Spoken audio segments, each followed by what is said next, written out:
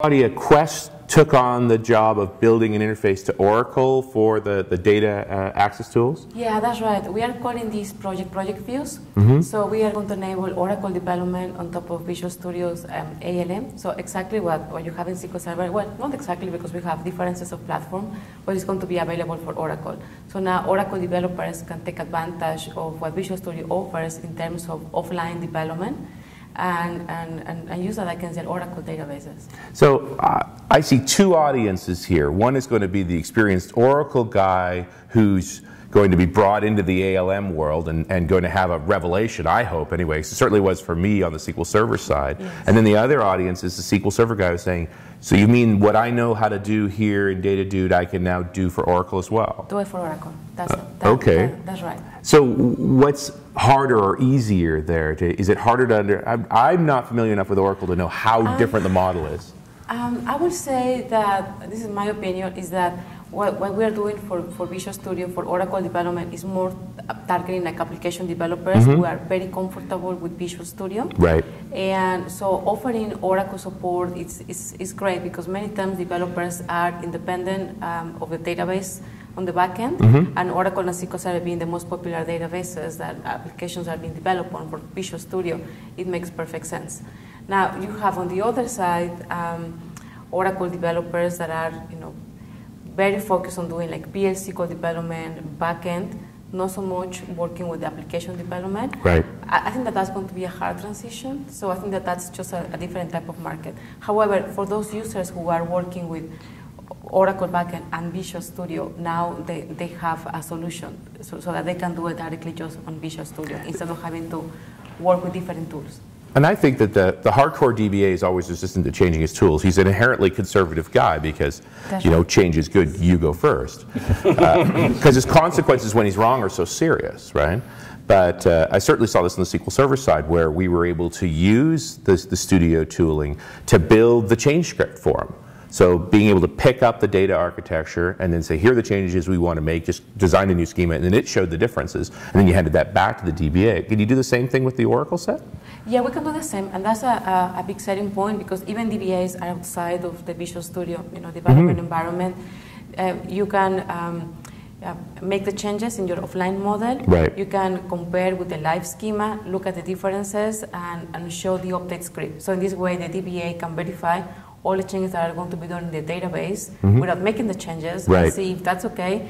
And then you can either provide the script to the DBA or it can be part of your automatic build process or just apply them at the moment. So the DBA can maintain his current method of working. You're just providing him a script of here are the changes we think we need to make that have been generated automatically by the tool for us, and he can go through them one by one and agree, disagree, argue, or just apply the script. Yeah, that's right. And whenever we make changes, we try to make like incremental changes without making something like too dramatic. For example, if we are going to be adding like a column, then we just do like alter statements, right? That are going to preserve data integrity. Right. We're not going to destroy a table and rebuild it. Drop your database and rebuild it and move your data. Drop that. That would be bad. Yeah. The other thing, and I hope this still works, is the idea to revert to a previous version, that I can actually unwind those changes.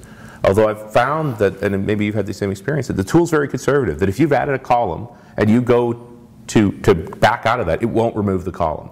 It may pull constraints off it, but it won't take the column out because that might damage data.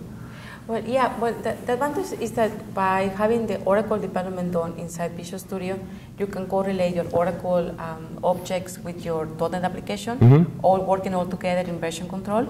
So that makes it very easy to go back and roll back to previous versions. Right. So Visual Studio allows you to compare the history of previous versions, and then you can just check out a previous code and just go back to whatever state you want. Well, I've never seen DBAs more stressed out than when you say, I need to revert the changes. That's just the point where they're like, I need a new job.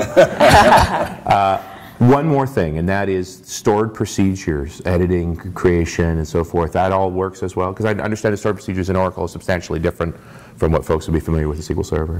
Yes, you can do the editing directly on Visual Studio, so you will be able to check the syntax. But however, the way that Visual Studio works is that if you actually want to test the stored procedure, it's not done offline, and you can check in the stored procedure and then test online the procedure. And presumably you do that in a has to be done sandbox online. database. Folks, you don't do this to your production that's servers, right? right? Yes. Yeah. Yeah, and then whenever customers are going to be doing something online, then I'm also responsible for Toad product line. So they can use Toad, right? Right. To, online work. But if you want to do offline and take advantage of what Visual Studio offers in their ALM, then you can do it directly in Visual Studio.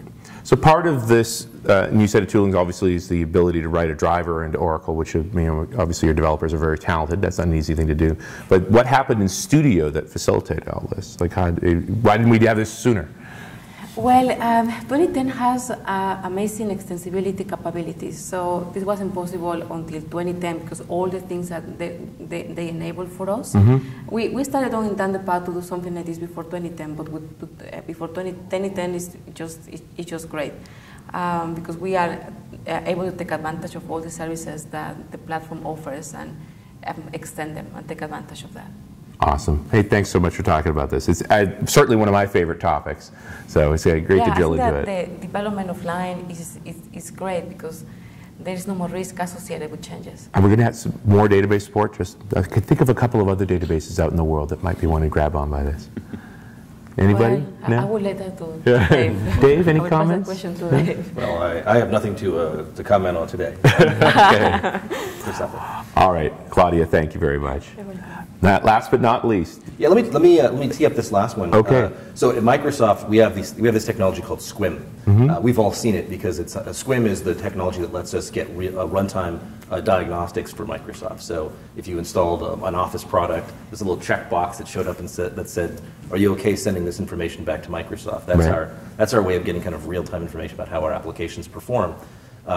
And it gives us incredible amounts of insight about what our customers are doing, what branches of code they're touching. It's incredibly valuable. But if you're a customer and you need to do that in your applications, well, how do you do that? It turns out that preemptive software has done just that, and Gabriel will tell us all about that.